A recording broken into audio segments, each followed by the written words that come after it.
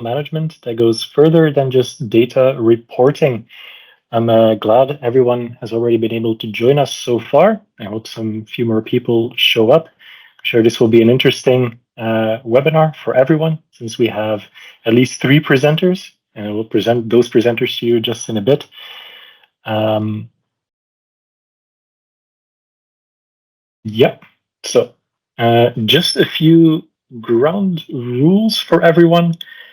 Um, Please keep yourself on mute just because this session is being recorded. I just hit the record button. If you have a question, you are free to just enter it into the chat and we will get to it when we can or during the Q&A. It's as simple as that. We have a few speakers here with us today, myself included. The first I am very pleased to introduce is Michiel Scholberg, who is joining us today from Enhesa. He's joining us all the way from Belgium, just like myself, actually. Yeah, thank you for joining, Michiel. He will be taking up the first part of the webinar as well. I'm also joined on the TenForce side of things by my colleague, Michael Heiser. Michael is joining us from near Houston, actually.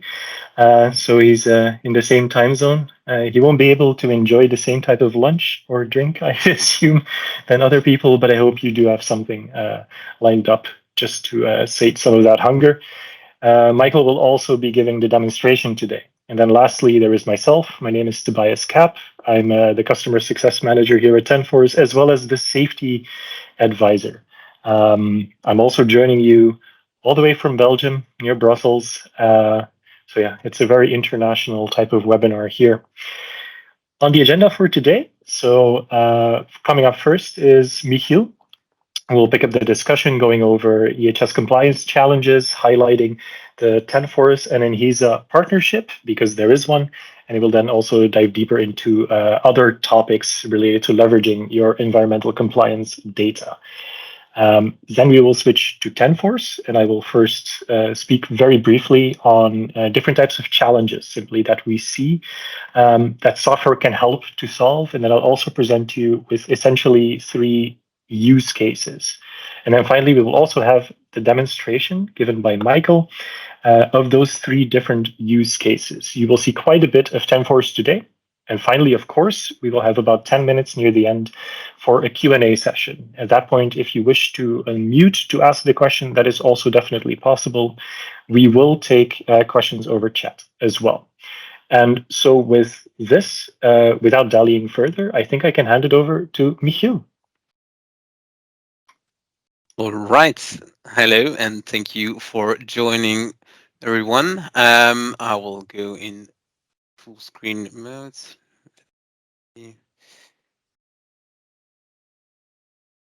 And this should be good. Tobias will probably correct me if not. So thank you and welcome everyone.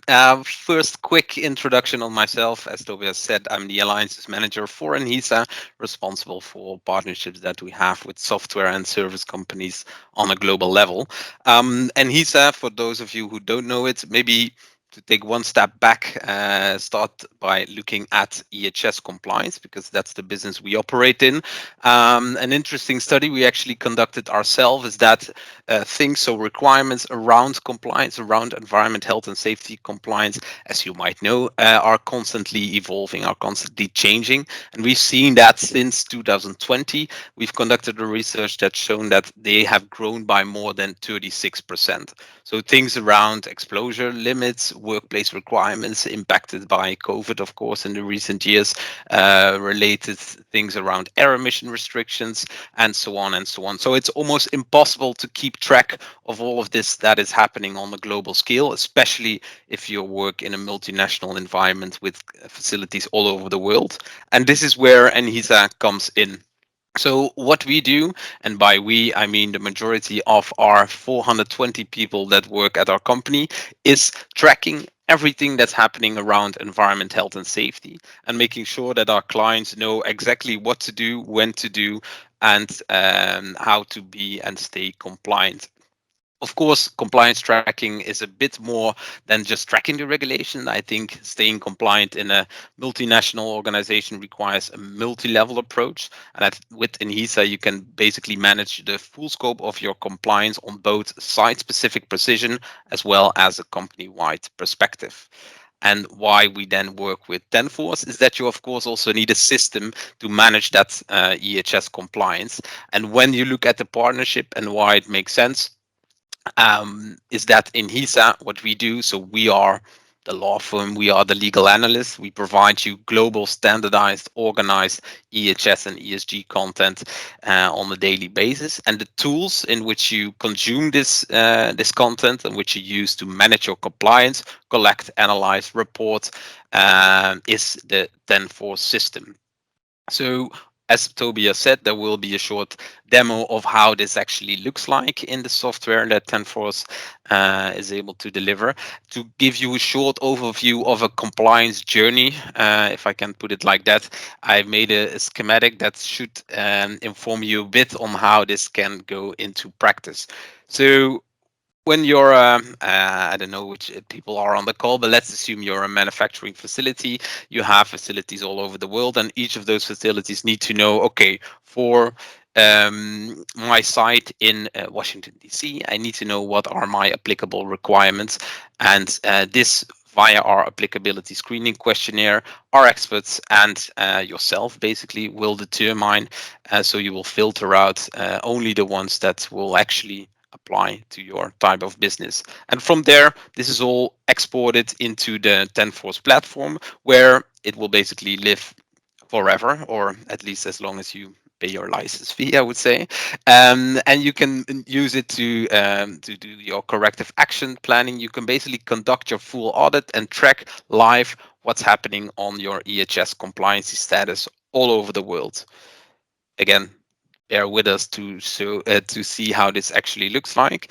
But maybe take a step back and also look at the broader picture, because of course you're potentially all working in EHS. Sustainability is a part of that. So I wanted to address briefly the how this came about and how EHS and sustainability, that they have been around for many years in some form or another. I think since the 1980s. You see it as well in the definition that the UN gave back then. So it moved a bit from CSR, so corporate social responsibility, where it was very much aspirationally based. So it was different from company to company as to how important it was for them. So, and therefore also what their approach was. For some, it was based, yeah, basically their whole branding was based around ethics. It fed into their mission statement. But for other companies, it was an add on. And for others, it never even came across their radar. And I think this pretty much changed with the formation of the TCFD, so the Task Force for Climate Related Financial Disclosure, which was set up by the G20 about 5 to 6 years ago. And they brought in the concept of risk and financial implications of that risk related to climate. So this was all about looking at the impact that the climate might have on a company's ability to do business. Things like increased temperature, which we can all experience, increased floodings, and the impact it could have on the company's supply chain or their operations in general. So now it's all about calculating the financial cost to these risks. When you start talking about financial reporting and risk, you get a lot more traction on board level. And I think this is what was the, let's say, the game changer for sustainability and why it became such an agenda item. So what once was a nice to have, a voluntary method of communicating on your company's environment, social and governance credentials, has now become, at least is going to become, let's put it like that, as important as your financial reporting. And I will shortly make the link to what I previously discussed, not to worry you too much. But yeah, we've seen in parallel of all of these movements that ESG and corporate sustainability reporting is becoming more mandated, more regulated.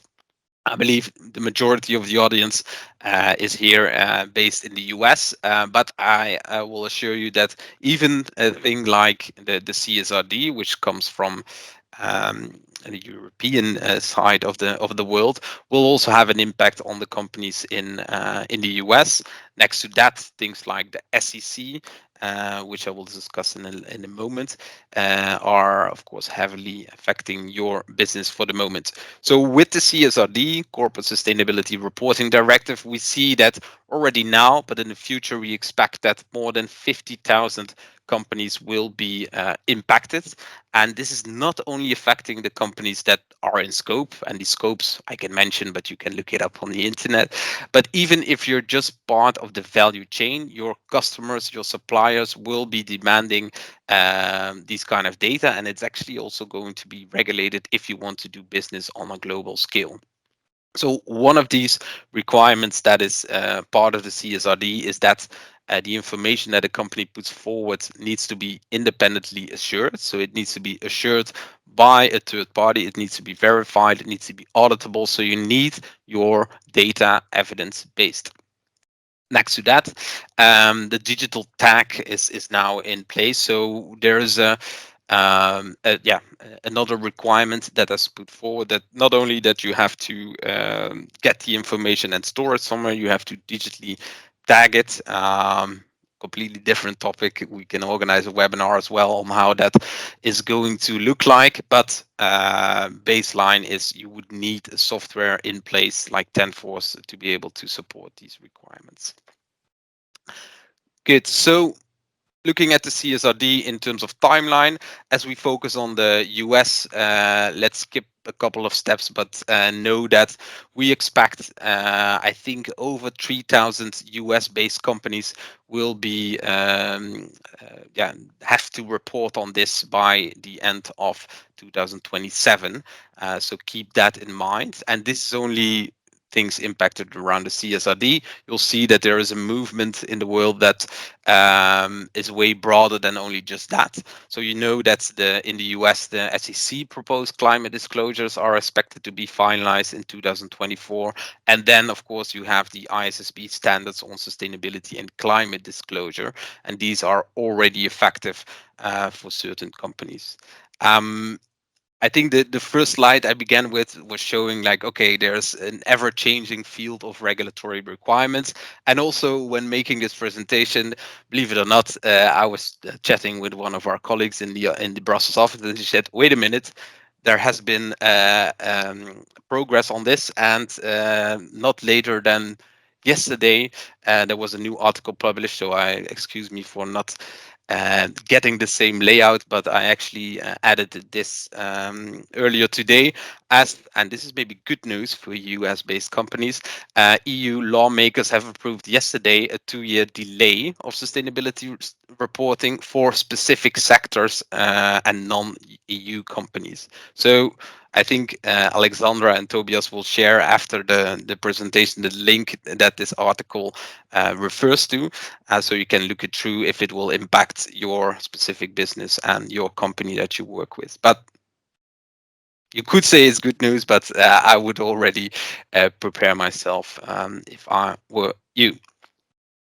All right, so challenges. What are the challenges that we've seen? I think you can relate to many of these. So there is a variety of sources. So you have probably even within your own company use a lot of systems. You need to get access to information that comes from several sources in different languages. They talk about certain topics in a different way. You have all different approaches. Every company, but also every country looks at it in a different way. And you have all these data streams that you need to figure out, okay, what is relevant to my company? What do I need to report? Where do I need to report? And who do I need to report it to? And yeah, we've seen this, of course, with all of our clients. And this is where our approach, feel free to have a different approach, but our approach comes in place.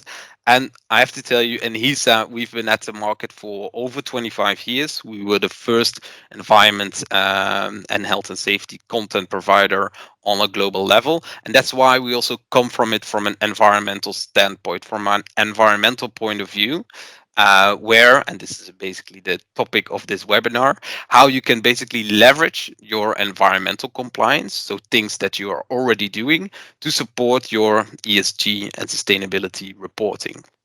So first of all, there's a reason why Enhesa does take this approach, which I think you can understand. But secondly, if you look at the environmental requirements itself, they are way more mature.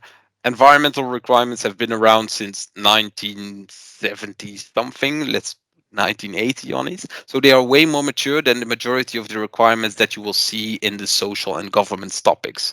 Then, as I mentioned before, the SEC has ruled issues that focus only on climate disclosure. So they are not even talking about social and governance. They focus on climate disclosure and environmental reporting standards. And then the ISSB, also mentioned before, has adopted already two standards, which one of them is fully focused on climate disclosure. So that already makes sense. And then, without scaring you, we actually made analysis. Okay, the environmental compliance part, you should hopefully already be doing something around, because you basically have to by law, otherwise your facility might get shut, or you might get a fine. And we did a crossover on all of these topics. So on all the topics on an environmental perspective where you already report on, what's the overlap? What's the overlap that is relevant for your sustainability reporting initiatives? And we saw, and I can send you the full research, we saw an 80% crossover. So an 80% crossover of topics that you already are collecting, you already have information on, that you can use for your sustainability reporting initiative. So of course, not all of those elements will apply to your business, and it's also not a copy paste. Certain of these topics you have to report differently on for sustainability reporting initiatives. And this is also where materiality comes into play. So first of all, certain things are, of course, you have to do by law, but others you can still decide, okay, are these material to my business, yes or no? And yeah, so what's important to me now, what may have become important to me in the future? And here is you will start looking at, okay, what is the information I already have, what gaps do I have, and how can I proceed to fix these gaps, or to at least progress on it. So how does this then look like? How do you build upon what you are already reporting to? So again, you don't have to start from scratch. So use the data that you're already collecting for your sustainability initiatives and reporting. So this is data that I hope your team is already working on for many years. So it's data that it's verifiable, it's auditable. Again, all requirements for the CSRD and SEC. It's comparable and it's relevant to your company. We've seen as well that these EHS, so your EHS compliance picture, can also help you determine materiality and feasibility of the sustainability initiatives. So, for example, and I think Tobias will show this example as a project. If your sites are struggling to comply with emission limits in their air permits, I don't think it will make a lot of sense to have a sustainability initiative around carbon emissions by cutting them by X% by 5 years, because this not maybe not be feasible. I think on that topic, maybe start by just being compliant and choose any of the other topics in order to increase your initiative and lower your carbon footprint in this case.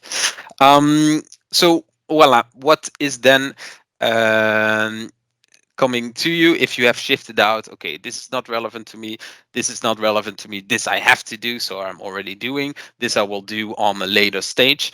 And you keep track on what's mandated now, what will be in the future, and how can we plan our approach in order to first of all be compliant, but also create initiatives on the topics that are material to us. And again, we'll put it into practice by showing you a very simple example in the demo of TenForce. Maybe, and I can show you. Yeah, let's also show you the actual content of Enhesa, because I think it could be interesting to actually show what our company and what our legal analysts are writing on a daily basis. So I will end this slideshow. Here you go. I will look into the dashboards. You can still see my screen. I assume. And here you go. So as I remember, I said in the beginning, so there's a part that's done in the Enhesa side, basically filtering out requirements that are relevant to you. And there's a part that's done in the TenForce system, conducting your audit, creating all the projects related to your sustainability initiative, compliance calendar, whatever would be relevant for your business, and the basic whole software suite. But the content itself will be first seen at the Enhesa side. So here you go. I can also show you an example how one of our clients would have a corporate dashboard, as you can say. So here you will have all your facilities on a global level mentioned. So as you see, we cover everything on both federal and regional level. And wherever you are located, you can have your facility tracked in R and TenForce, their system. So what you will see is an applicability screening where we will filter out together with you the requirements that are not relevant to your business. So let's say I'm in China, Shanghai, and I have a warehouse. You need to know, does your facility handle or market material chemicals? If not, click no, and you will be filtered out. And in the next step, you will only see the ones that are actually applicable to you. Again, take a very short example. You did this, so you screened out, hey, these are the 174 requirements I don't need to look at. Let's only focus on the ones that are applicable to me. In an ideal world, that would only be 6, but in the real life, it will be more around, let's say, 1,000. And take an example here in terms of firefighting. So it's very simple requirement. This is written by our analyst, and it comes always from an actual law, of course, but we will always provide you an actionable requirement, so you don't have to go into the actual law, read 30 pages on firefighting equipment, and lose a lot of time. You will only know, okay, my facility needs to visually inspect portable fire extinguishers on a monthly basis. We will provide you some details, and we will also link it to the actual law if you need to. Now, I think I can hand already over the mic and screen to Tobias. You start, right? And Yeah, that is correct. you, oh, here you see my chickens. I captured it just in time. I'm not too sure. Okay, No, I'm thank you. proud of my Thank chickens. you No very worries. much. Okay. It's good to be proud of animals indeed. But yeah, thank you very much, Michiel. It's an insightful talk as always, to say the very least. If anyone at this point has questions for Michiel, please type them into the chat, and we'll definitely get to them at the Q&A. Or if they are deemed very interesting, Michiel could answer right in this stage. For the moment, I will just continue on with the TenForce part, and I will give a very brief introduction of just what TenForce is, what we do, just to even out the field for the people that don't know. So TenForce is a software company that focuses on EHSQ and process safety management processes. This means we automate all processes associated with health, safety, environment, and quality management alongside control of work processes for general safety and operational management. It's a whole slew of things. On top of that, we are part of the Enhesa Industric family of companies. And Enhesa Industric specializes in creating a digital ecosystem for the process industry. TenForce is part of that ecosystem, delivering the safety aspects. Other companies within Enhesa Industric are also delivering other parts of that ecosystem. Could I ask everyone to please remain on mute because I hear a bit of background noise? Thank you. Now, TenForce, of course, we have a number of solutions because, well, we describe these as modules, just like many other software tools in our field and generally on the market now these days do. You can see them listed here in this overview, and I took this basically from our website. So if anything interests you, you can easily retrieve this by doing a Google search or a Bing search these days. It's becoming ever more relevant. Today, we will focus on environmental management, of course, and you will see some of the modules connected to that in action. Now, it's important to mention here that, okay, these are modules, so that means they can act as standalone, but they can also act as connected in some way. A good example of that would actually be the environmental management and the environmental reporting. Next to that, there's also other connections that can be made naturally. For example, permit to work or management of change will also include some risk management. Competence management might include something along the lines of audits and observations. There's a few other connections that you can make here. Now, I think from what Michiel also explained, the quote that I put on this slide is not untrue. Definitely, the path to climate transparency is just software supported. It rings true today, mainly because Michiel also explained that very well. The rate at which new regulations, new restrictions appear on the market and shift within the market is going very rapidly. Generally, those types of regulations become stricter, they become more complex, and they become farther reaching with different applicability throughout different regions where you might have sites.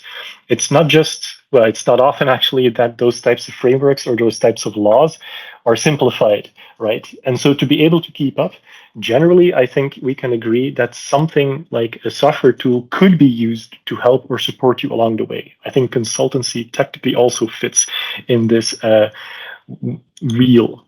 Now, just saying that regulations are becoming stricter and they're farther reaching than ever before is also not saying all that much, because they've been basically doing that and changing and becoming stricter for the last 40 years, also shown by Michiel, actually.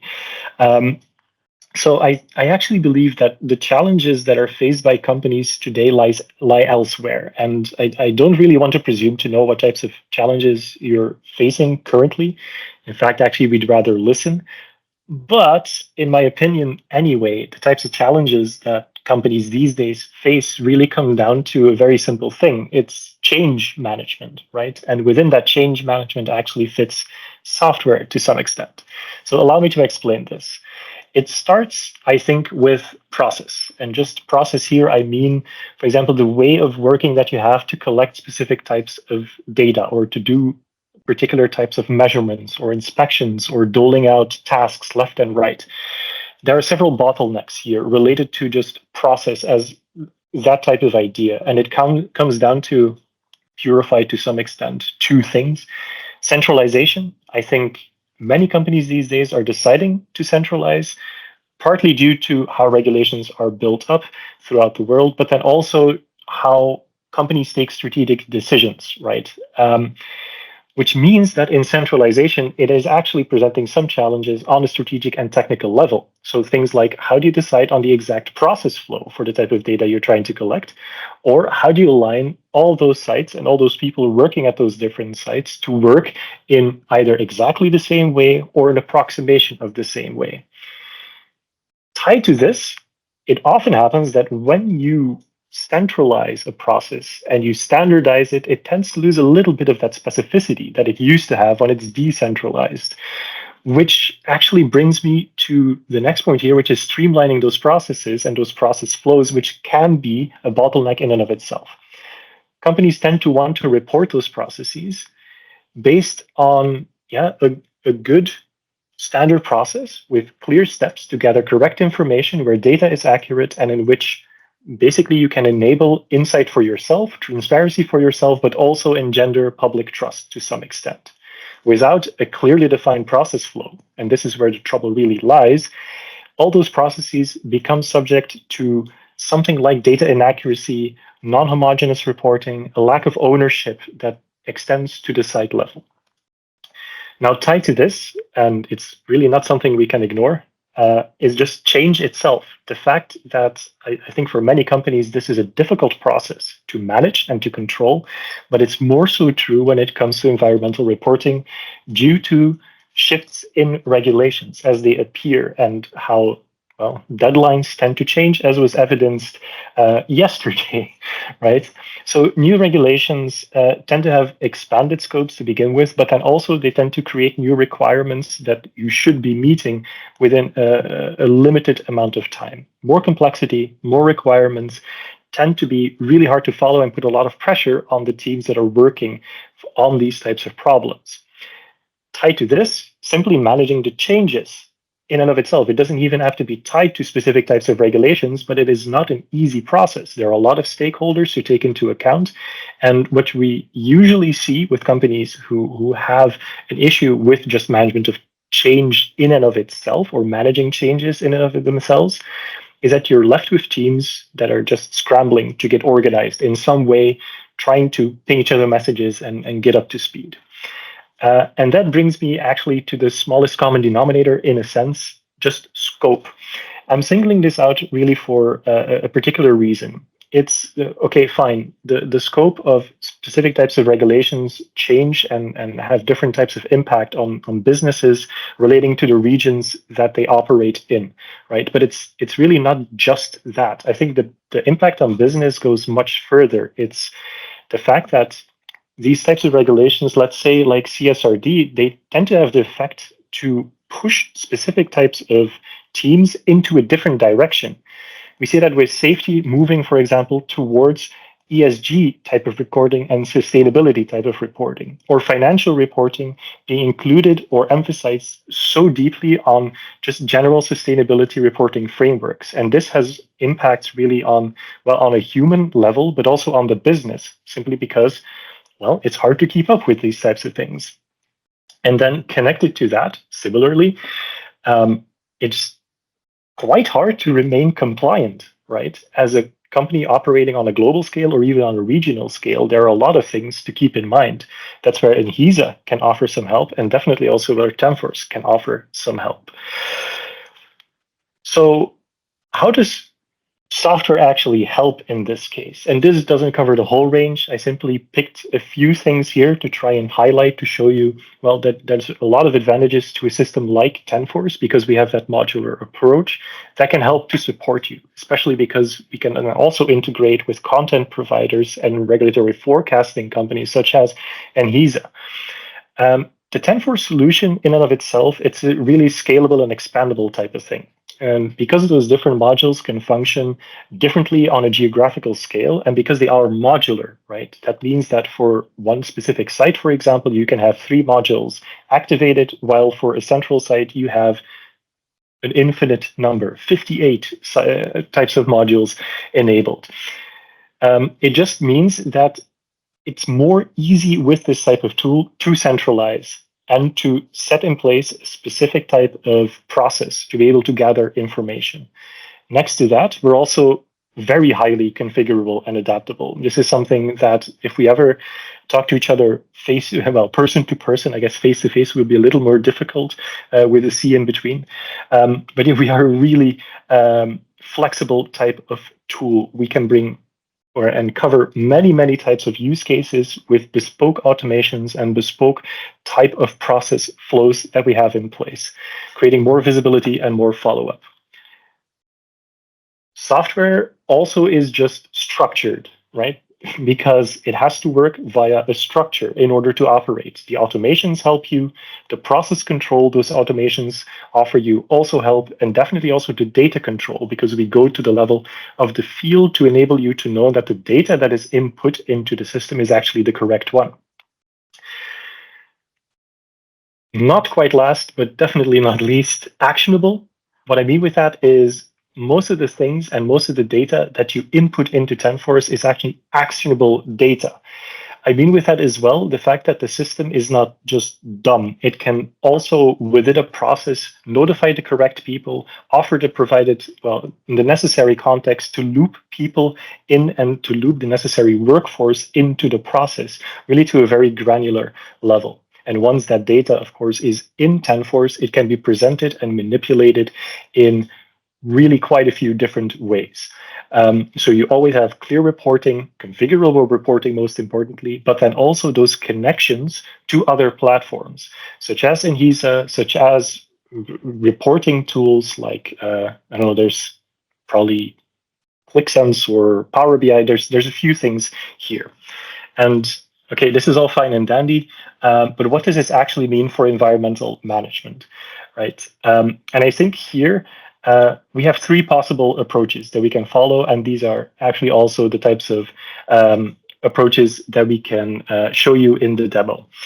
The first one here all the way on the left, actionable is what I would present as the most flexible option, because this really goes into the use case of you connect to an Enhesa platform, an Enhesa-like platform, you do the compliance assessment, you get 3 or 4 nonconformities, and you can import them into TenForce and then actually take action with TenForce, either via action management, but there are also other types of modules that can help here, such as audit management or corrective preventive action management.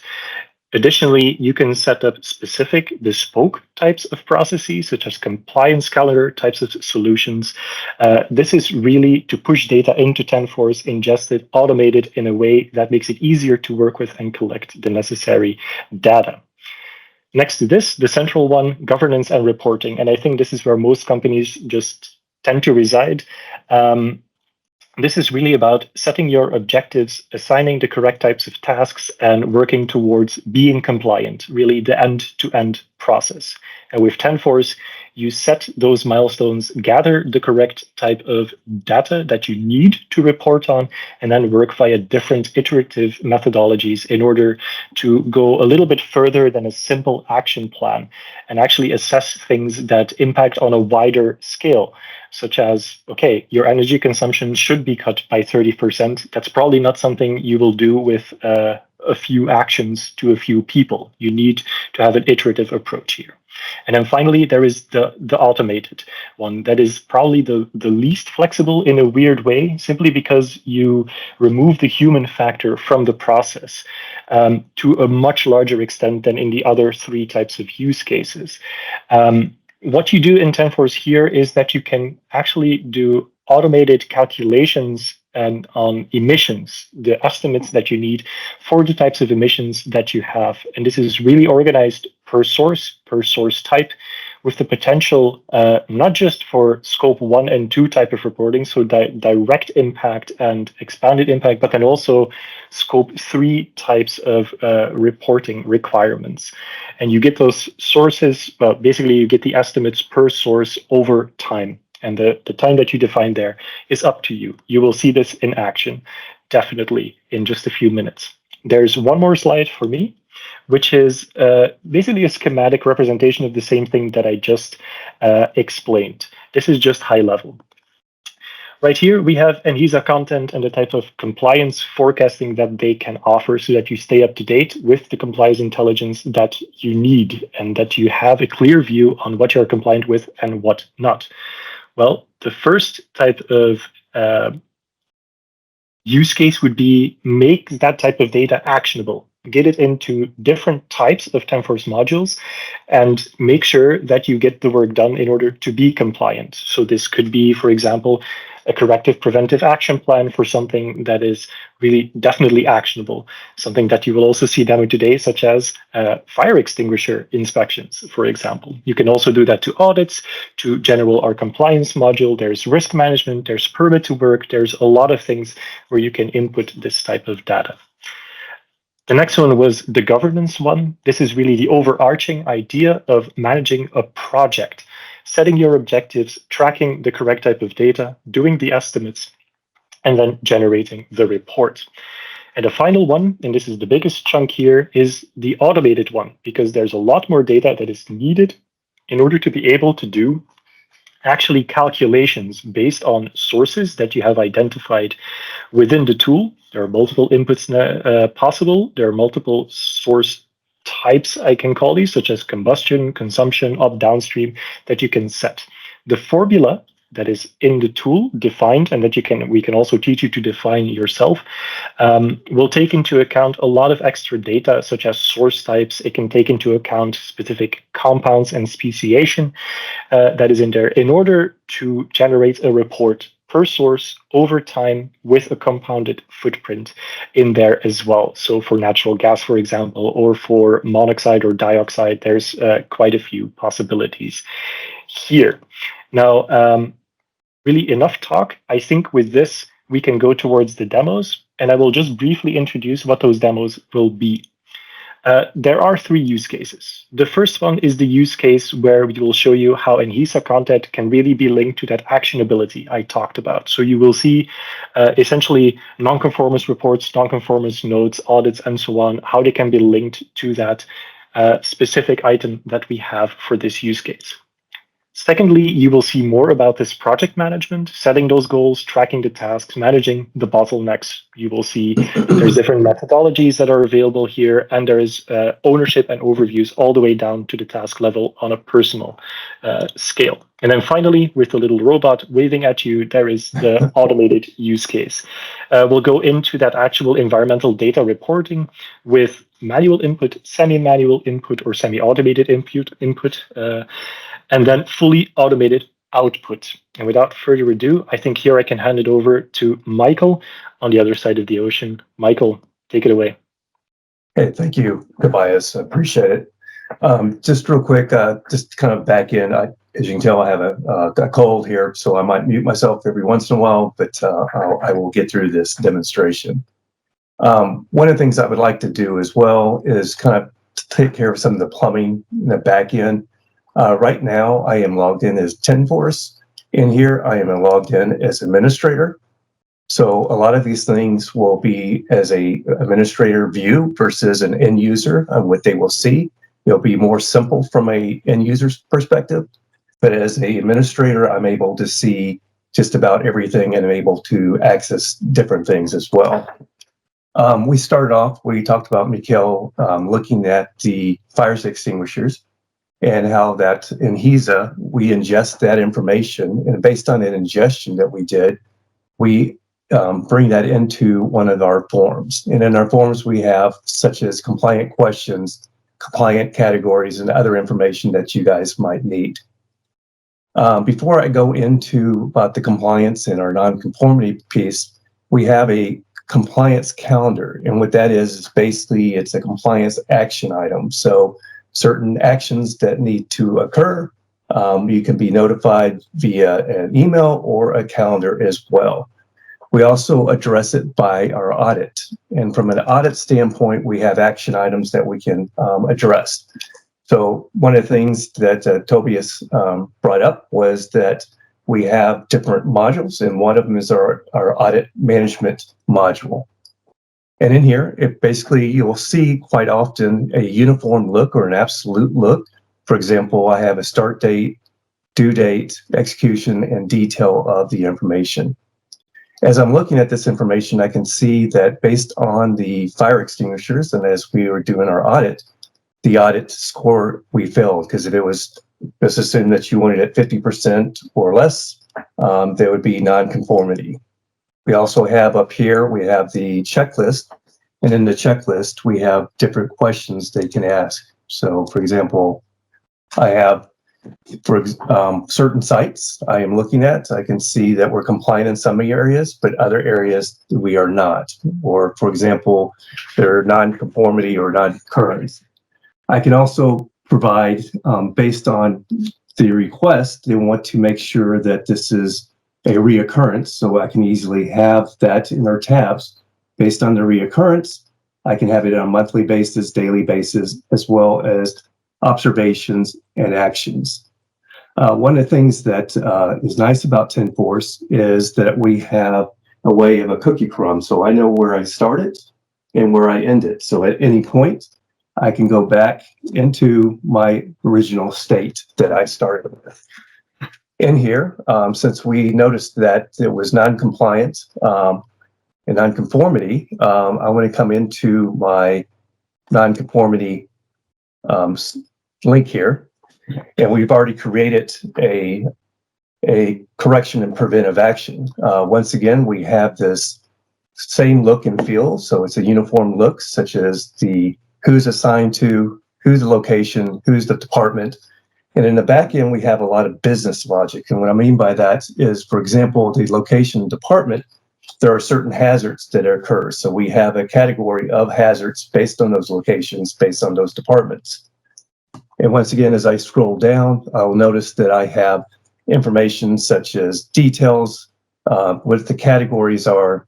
And we also have, once again, over here on the level piece, I have risk level. So if I was an observation instead of a major, what I would see up here on as I execute it, what I would see is this an action item based on observation. But since we have created a major, there are some immediate actions that need to occur. And once again, based on the information, I can see that we needed an ad hoc inspection portable for the extinguishers. I can also see that it's been completed, so it's closed. I can, based on who it's assigned to, once I execute this one, the assigned to will change to that particular person who is assigned to. And then we move on as we execute. We also have different standard questions. For example, does a standard exist? Yes or no. So if you answered yes, obviously you would provide a link to that where it's going to SharePoint or whatever files that you have access to this reference. We also have additional questions that you have in here. Just note within TenForce, there are a lot of things that are easily changed, such as wording. Maybe there's different ways that you word things or different fields that you want in here. That can easily be done with our product. As you're going down the list here, you'll see that is this the root cause? If I indicated no, what would occur is based once I execute it, then we'd have to create a root cause analysis team. So you have a tab up here indicating that. And then based on the details and the description of how you got to that point, as well as the COPPA action. But since we indicated, yes, we're going to take the happy trail here, what it's defining to you is that you at least have one COPPA action that you have to provide. So as I move over here to the COPPA action, I can see that the monthly inspection that we needed to do is complete. But let's say that we have other things. For example, I can see Luca is assigned to another warehouse. So maybe I want to find out more information on that. So once again, I reiterate that this is a very easy way, a uniform look. So very easy to learn the tool here, the TenForce. So I have the same look and feel. As I move down here, I can see once again the due date, who it's assigned to, who's the validator. And for example, if I wanted to know, for example, the validation piece, Lucas said that it was okay, but I also can come down here and see that maybe it's been rejected a few times. So maybe I need to verify that information. But also in here, I have, for example, next tab, maybe Luca is busy, so he may want to request an extension to that particular project that he has to do. So he sends a justification to his manager, but as the manager looks at this, he might see that he's done this 3 or 4 times, so I might want to reject that piece. So from a non-conformance piece and going into our corrective preventive action, that's pretty much what I wanted to show today. Obviously, it's a high level. I would love to have a chance to show you more in detail of that information. So once you have done all the non-conformances and audits, one of the things that Tobias indicated is there has to be some type of project. Well, we also have a project management module as well. And in here, we have, once again, same look and feel, right? You have the overview, you have who's the sponsor, who the employees are, and the description of what's going on. Also, if you move further down, I also have my concept notes and my milestones. There's a lot of action items and workflows behind the scenes. For example, the milestones, if I come up to a due date here, and for example, we are approaching it, as the person who's assigned, I can be notified, or we can have an escalation, meaning that if it's past due, I can escalate it to upper management to allow them to know that we're latency on certain things on the milestone. Also here to the right, you'll see that we have the strategy maps. We can ingest those type of maps in here, as well as look at the flow type. So for example, I want to do Prince2 or Agile or other forms that you might want to do. As I move further up, based on when I execute this, I have different sprints, and within those sprints, I have the stories with that. Once again, I can look into those details of that information. A lot of times when you're moving forward, you always have bottlenecks, whether it's glitches, disruptions, or maybe delays. Once again, we have that tool where it allows you to escalate it to your upper management or notify those people where things might lie. And then here with the project management piece as well, we have different tasks that you can assign. So from that standpoint, I'm going to go ahead and move over from the project management piece and talk more about the environmental reporting piece of it. So from the environmental reporting piece, how the data is entered. So as I'm looking at this form, once again, I look at the due dates, other information that I might need in here. I have the site information, resources, but in here, I'm able to either A, manually enter information in here, or B, I can have it automated, or you can have it semi-automated. But just like anything else, as you kind of go through here and you're looking at, for example, fuel, liquids, solid fuels, total, as I come all the way down, based on the regulations that we talked about on things you have to report, we can have footprints of all those reports that you have done. The other part about TenForce is I can come in here and we have business logic behind it, depending on what you guys have to have. For example, process of gases. If I came in here and maybe entered a larger number, which shouldn't be exceeding over the process of gas, what TenForce allows you to do is it basically notifies you saying, hey, that number is not entered in correctly, or it's above a certain threshold that you should put in there. So then you make those adjustments based on what you need to do.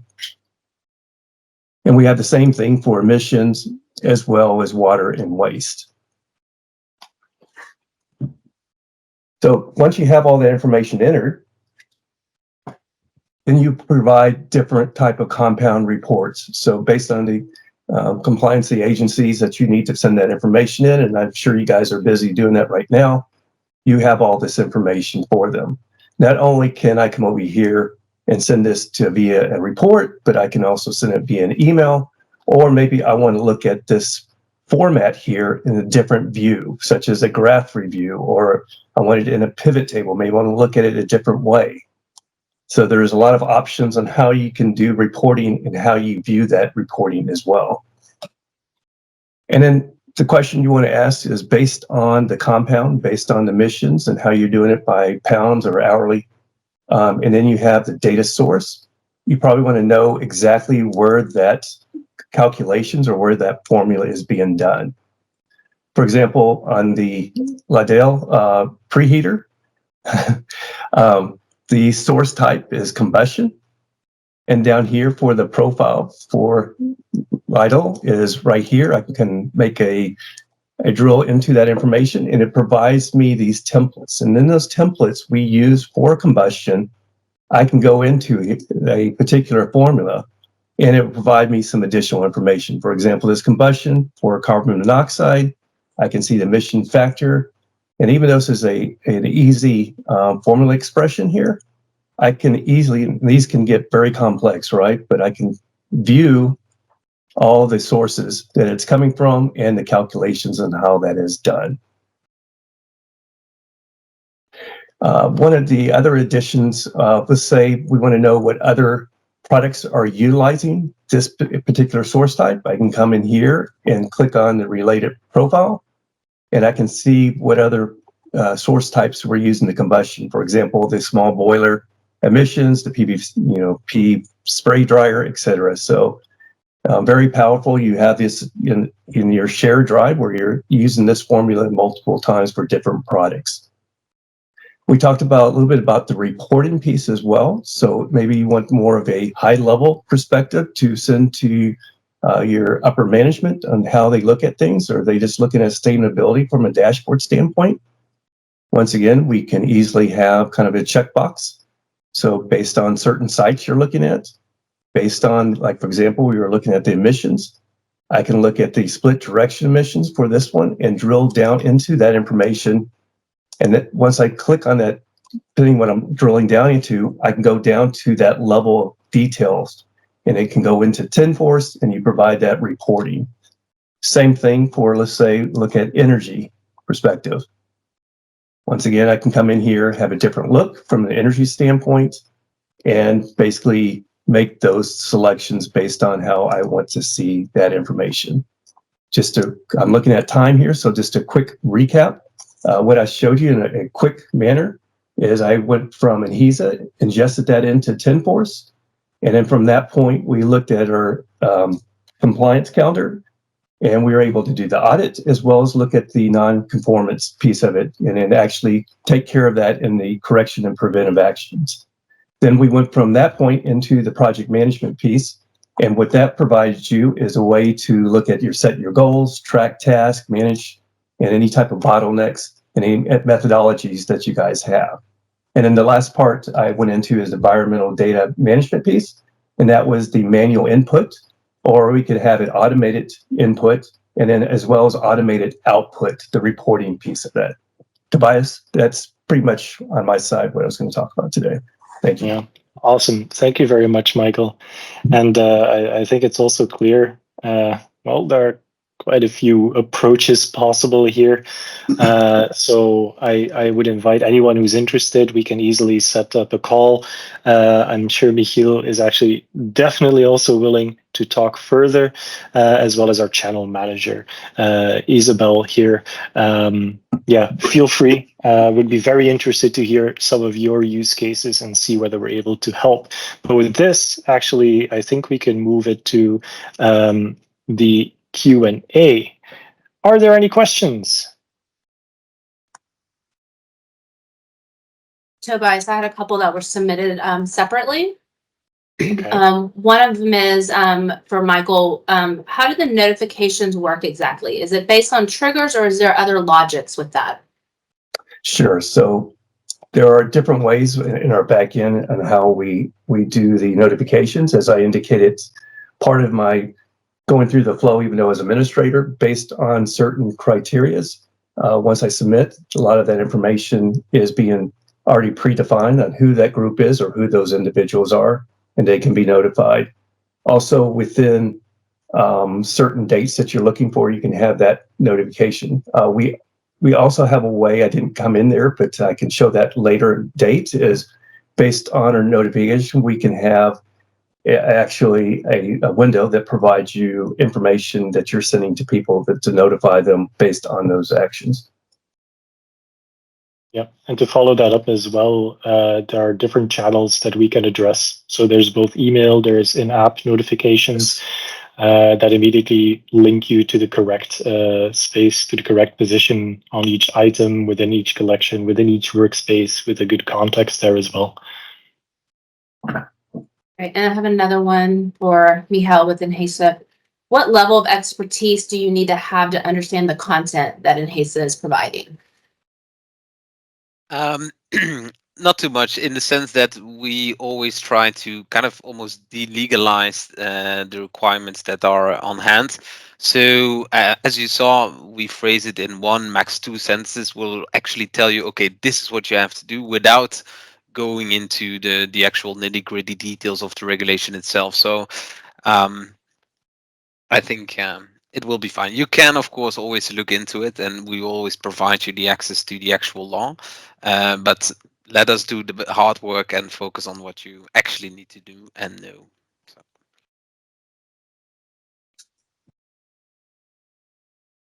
All right. Any other questions? Anything is possible now, although we are still recording. I think we're right on time, Tobias. Yes, exactly. Okay, if there are no further questions, I believe we can wrap up. Thank you everyone for joining, for the attention. Also, 2 very interesting questions, I think. And in the future, if you would like to have an additional conversation, feel free. I see Michiel also just linked the update for CSRD from yesterday. And then finally, well, here are also contact details. The presentation will be presented to you at a later date, as well as a recording of this webinar. And with that, thank you very much, and have a lovely rest of the day. Thank you so much. Thank you. Bye. Bye-bye. Bye.